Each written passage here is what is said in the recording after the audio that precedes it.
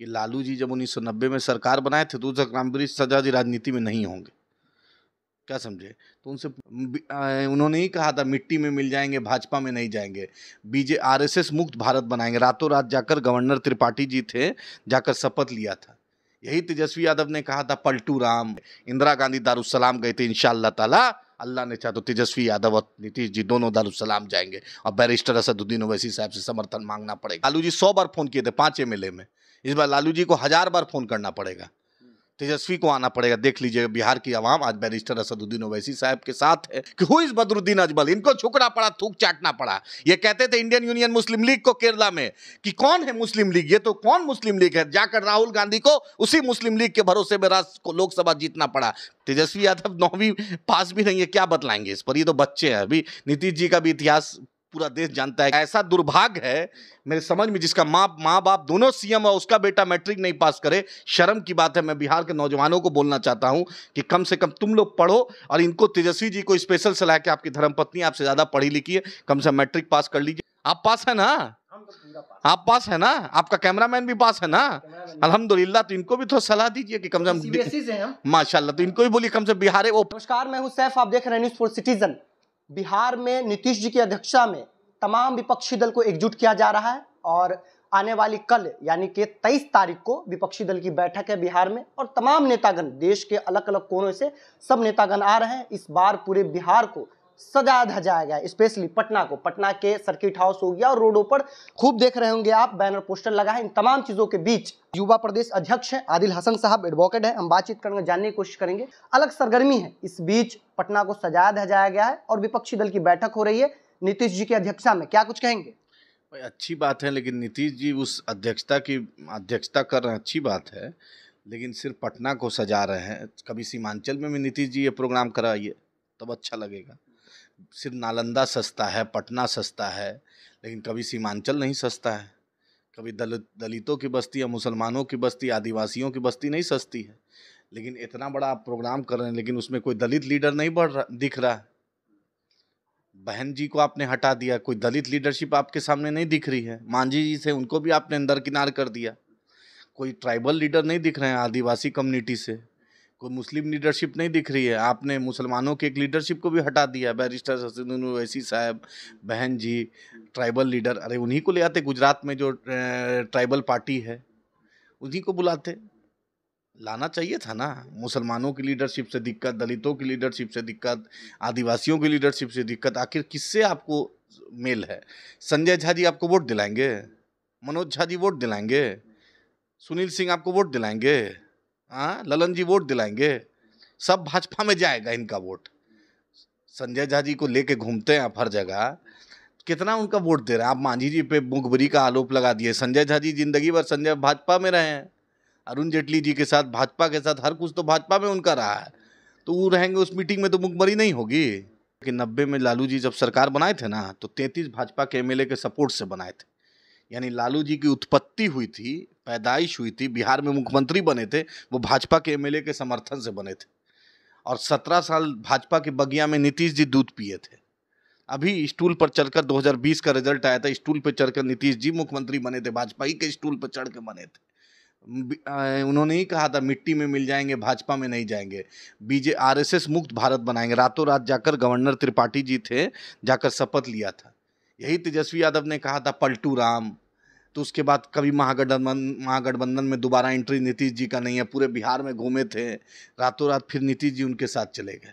हमारा इतिहास है, हम आजीवन भाजपा के खिलाफ हैं, रहेंगे, और आने वाली नस्लों को भी बोल कर जाएंगे कि आरएसएस और बीजेपी तुम्हारी दुश्मन है, तुम्हारी उन्नति प्रगति नहीं चाहती है। देश में एक भी एमपी मुसलमान नहीं है भाजपा की तरफ से, एक भी मिनिस्टर नहीं है। पहली बार आज़ाद भारत में हुआ जिसमें एक भी मुसलमान मिनिस्टर नहीं। आखिर बीजेपी की सेकंड टीम से आप लोगों को क्यों संबोधित किया जाता है? भाई क्योंकि हमने मुसलमानों को, दलितों को, आदिवासी बिरादरी की जन चेतना की बात की। हम नीतीश जी से पूछ रहे हैं, इतना बड़ा संगम करा रहे हैं, अच्छी बात है। मदरसा अजीजिया जल गया, क्यों हुआ जला? उर्दू टीटी की बहाली क्यों नहीं हुई? उर्दू अनुवादक की बहाली क्यों नहीं हुई? मदरसा बोर्ड में चेयरमैन क्यों नहीं अभी तक बना? शमशुल हुदा में बहाली क्यों नहीं हुई? उर्दू एकेडमी में बहाली क्यों नहीं हुई? उर्दू मशावरती बोर्ड क्यों नहीं बना? हज कमेटी में बहाली क्यों नहीं हुई? मुसलमानों का, उर्दू टीचरों का, फारसी के टीचरों का 70,000 पद खाली क्यों नहीं हुआ?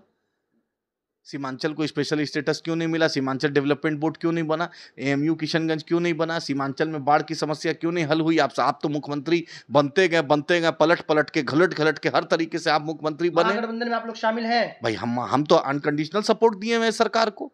अख्तर उल ईमान साहब हमारे एमएलए ने अनकंडीशनल ऐवान में ऐलान किया है, हम बीजेपी के खिलाफ हैं, रहेंगे, आने वाली नस्लों को बोल के जाएंगे। बतलाइए कि इनका किरदार कितना है। बीजेपी के बगिया में कौन बना? नीतीश जी।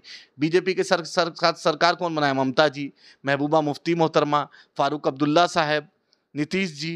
कौन नहीं बनाया? जरा नाम बतलाइए। ये सब का इस्तकबाल है, और मुसलमानों की आवाज का इस्तकबाल नहीं है, दलितों के आवाज का इस्तकबाल नहीं है, आदिवासियों के आवाज का इस्तकबाल नहीं है। अरविंद केजरीवाल जी हो गए भाई, अरविंद केजरीवाल जी 370 पे किसके साथ? बीजेपी के साथ। धारा ट्रिपल तलाक में कौन? नीतीश जी भी साथ। सीए एनआरसी में भी नीतीश जी साथ। पार्लियामेंट में वोट दिए हैं ना भाई। इस पे 370 पे भी दिए हैं, ट्रिपल तलाक पे भी जेडीयू का एमपी सब साथ दिया है। अरे हम तो हमेशा विरोध किए, हम तो मुसलमानों की, मजलूमों की आवाज बन के रहे। बैरिस्टर असदुद्दीन ओवैसी साहब से ज्यादा बुलंद आवाज इस देश में कौन बीजेपी पे बोलता है? कौन मोदी जी पे बोलता है? तेजस्वी यादव के घर में शादी होती है, मोदी जी आमंत्रित। नीतीश कुमार के मंत्री हैं अशोक चौधरी, उनकी बेटी की शादी है, उनकी बेटी की शादी आरएसएस प्रमुख रहते हैं, नीतीश जी साथ रहते हैं। मेरे यहाँ तो बतला दीजिए मेरा इतिहास। दलितों का नेता मायावती जी हैं या फिर लालू यादव जी? नेचुरल है मायावती जी। लालू जी बतलाएं। आज तक लालू यादव जी की पार्टी राष्ट्रीय जनता दल और जनता दल यू 1994 से लेकर जब तक आरजेडी बनी है, जदयू आज तक किसी दलित को राज्यसभा नहीं भेजा है। दलित झारखंड में सरकार है, कांग्रेस है, राजद है, जेएमएम है, दलित मंत्री नहीं है। हमने कहा विधानसभा में, विधान परिषद में दलित बिरादरी से, मुसलमान बिरादरी से चेयरमैन बनाओ, विधान परिषद का में बनाओ चेयरमैन, डिप्टी चेयरमैन बनाओ, या स्पीकर बनाओ मुसलमान को लोकसभा विधानसभा में, या डिप्टी उस दलित को, या इसमें डिप्टी स्पीकर नहीं बनाया इन्होंने। जब भाजपा थी तो 2 डिप्टी सीएम था। तेजस्वी यादव को, नीतीश जी को क्या दिक्कत है एक दलित समुदाय से डिप्टी सीएम बनाने का, एक मुसलमान कम्युनिटी से डिप्टी सीएम बनाने का? तेजस्वी यादव मुख्यमंत्री, उप मुख्यमंत्री बन गए। क्यों नहीं? तो भाई बन गए, आप तो बन गए, आप तो माई करके बन गए, लेकिन किसी गरीब यादव को तो उन्नति नहीं दिखा है। भाई, नीतीश जी को कितना दिन झेलेगा बिहार? आखिर बतलाइए। बिजली मीटर इनके राज में, जबरदस्ती प्रीपेड का, बिजली का टैरिफ कितना बढ़ा हुआ आप देख रहे हैं, बिजली कटौती कितनी हो रही है देख रहे हैं, ट्रैफिक का क्या कंडीशन है पटना का आप देख रहे हैं, पुल जहां बन रहा है क्या हाल है, पुल कहां गिर रहा है आपके सामने है।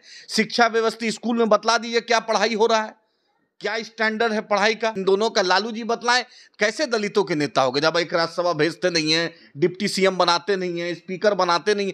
क्यों आपको, खाली आपके परिवार के अलावा लालू जी बतलाइए किसको बढ़ाते हैं? तेजस्वी यादव, तेज प्रताप यादव, मीसा भारती, रबड़ी जी, बतलाइए। लालू जी जो सुविधा भोगेंगे यही लोग भोगेंगे। मैं ये भी बतला दूं आपके चैनल के माध्यम से, लालू जी, तेजस्वी जी, तेज प्रताप यादव, मीसा जी, रबड़ी जी, 5-5 मंत्री लोग को लीडर पोजीशन रहे या मंत्री 5-5 स्टाफ बहाल कर सकते, एक भी मुसलमान स्टाफ नहीं। ये इनकी सच्चाई है। मुसलमान को अवतार पार्टी में टोपी पहन के चले जाएंगे, गमछा पहन लेंगे, रोजा हम 16 घंटा रखेंगे, अवतारी खोलेंगे। रोजा हम रखेंगे, तपस्या हम करेंगे, रोजा ही खोलेंगे। अभी बताइए कैसा इंसाफ है? एएमयू किशनगंज को 1 रुपया नहीं दिया इन्होंने। आर्यभट्ट यूनिवर्सिटी बना, हम इस्तकबाल करते हैं। जंगल सफारी बना, अच्छी बात है, लेकिन सीमांचल पानी से डूबता है, इनको कोई दिक्कत नहीं है। कोसी डैम अभी तक नहीं कुछ अमली, ना भाजपा दी, ना नीतीश जी दिए, ना राजद दी। कभी तेजस्वी यादव एएमयू किशनगंज पर आज तक नहीं बोले हैं। बतलाइए तेजस्वी यादव कभी हिजाब निकाब पे बोले हैं? मुसलमानों के मुद्दे पर आज तक देखा है? मणिपुर जल रहा है, देश के नेता नीतीश जी बनना चाहते हैं, एक ट्वीट नहीं देखिएगा। अरे भाजपा और आप में फर्क क्या है भाई? कल फिर भाजपा में चले जाइएगा, कौन गारंटी है? किसको पलटू राम ने किसने दिया? तेजस्वी तेज प्रताप तजबी ले लेके सुबह शाम पढ़ते थे, पलटू चाचा पलटू चाचा, फिर क्यों ले आए उस चाचा को? हम बतलाइए ना, बीजेपी से आंख मिला के मेरे से ज्यादा कौन बोलता है? लेकिन इनको मुस्लिम लीडरशिप से दिक्कत है, दलित लीडरशिप से दिक्कत है, आदिवासी लीडरशिप से दिक्कत है। इनको मुसलमानों की आवाज नहीं चाहिए, मुसलमान गुलाम चाहिए, दलित गुलाम चाहिए, आदिवासी बिरादरी गुलामी चाहिए। लेकिन इंशाअल्लाह ताला 2024 में अख्तर उल ईमान साहब की क़ियादत और बैरिस्टर असदुद्दीन ओवैसी साहब की सरपरस्ती, अकबर साहब की सरपरस्ती में इनको बतला देंगे। इंदिरा गांधी दारुस्सलाम गए थे, इंशाअल्लाह ताला अल्लाह ने चाहा तो तेजस्वी यादव और नीतीश जी दोनों दारुस्सलाम जाएंगे और बैरिस्टर असदुद्दीन ओवैसी साहब से समर्थन मांगना पड़ेगा, क्योंकि बिहार का मुसलमान, दलित, वंचित जग चुका है, आदिवासी कम्युनिटी जग चुका है, सीमांचल की आवाम जग चुकी है। इनको इस बार सबक सिखाएगी और 100% इतिहास है। लेकिन अभी तक तो आमंत्रण नहीं आया है भाई, अभी तक नहीं आया, लेकिन आना पड़ेगा। लालू जी 100 बार फोन किए थे 5 MLA में, इस बार लालू जी को 1000 बार फोन करना पड़ेगा। तेजस्वी को आना पड़ेगा। देख लीजिए बिहार की आवाम आज बैरिस्टर असदुद्दीन ओवैसी साहब के साथ है, उनके किरदार के, उनकी आवाज़ के साथ है, आज अख्तर ईमान साहब की मेहनत के साथ है, अकबर साहब की खिदमत के साथ है। देखिएगा इंशाअल्लाह ताला आज का नौजवान जानता है कि मेरा लीडर बैरिस्टर असदुद्दीन ओवैसी साहब है, अकबर साहब है, अख्तर ईमान साहब, इनको आना पड़ेगा और वक्त बतलाएगा। ये बदरुद्दीन अजमल साहब को भी कहते थे कि हु इज बदरुद्दीन अजमल, इनको झुकना पड़ा, थूक चाटना पड़ा। ये कहते थे इंडियन यूनियन मुस्लिम लीग को केरला में कि कौन है मुस्लिम लीग, ये तो कौन मुस्लिम लीग है। जाकर राहुल गांधी को उसी मुस्लिम लीग के भरोसे में राष्ट्र को लोकसभा जीतना पड़ा। फिर इंशाअल्लाह हमने MIM के समर्थन से इनकी किरण कुमार रेड्डी और रोसैया और YSR की सरकार बनी, फिर इनको दारुस्सलाम आना पड़ेगा। जैसे UPA 1 और UPA 2 में हम जब थे, इनको फिर हमारे दर पे आना पड़ेगा। ये हमारा किरदार है, आवाम जानती है कि हम पब्लिक की खिदमत करते हैं और अल्लाह ने चाहा तो वक्त पलटेगा। इन्होंने इनको थूक चाटा था, इन्होंने आसाम में बदरुद्दीन अजमल साहब को बेइज्जत किया था, अल्लाह ने दिखलाया। इन्होंने केरला में मुस्लिम लीग को तक बेइज्जत किया था, अल्लाह ने दिखलाया। MIM को पहले ही इंदिरा गांधी आ चुकी हैं, इससे तो बच्चे हैं अभी। तेजस्वी यादव 9वीं पास भी नहीं है, क्या बतलाएंगे इस पर, ये तो बच्चे हैं अभी। नीतीश जी का भी इतिहास पूरा देश जानता है कि पलटू बिहार के उप मुख्यमंत्री है ना तेजस्वी जी। उप मुख्यमंत्री कौन बड़ी बात, रेणु देवी जी भी उप मुख्यमंत्री थी, तारकिशोर जी भी। 9वीं फेल है भाई, तो ये सच्चाई है ना, डिग्री है इनके पास।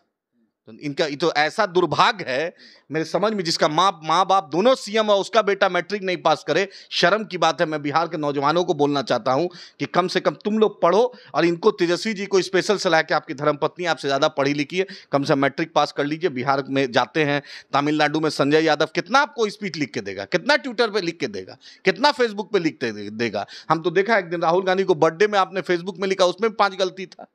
और कम से कम संजय यादव के भरोसे नहीं, कम से कम अपनी इल्मी सलाहियत बढ़ाइए, तब थोड़ा लगे कि बिहार का उप मुख्यमंत्री पढ़ा लिखा है।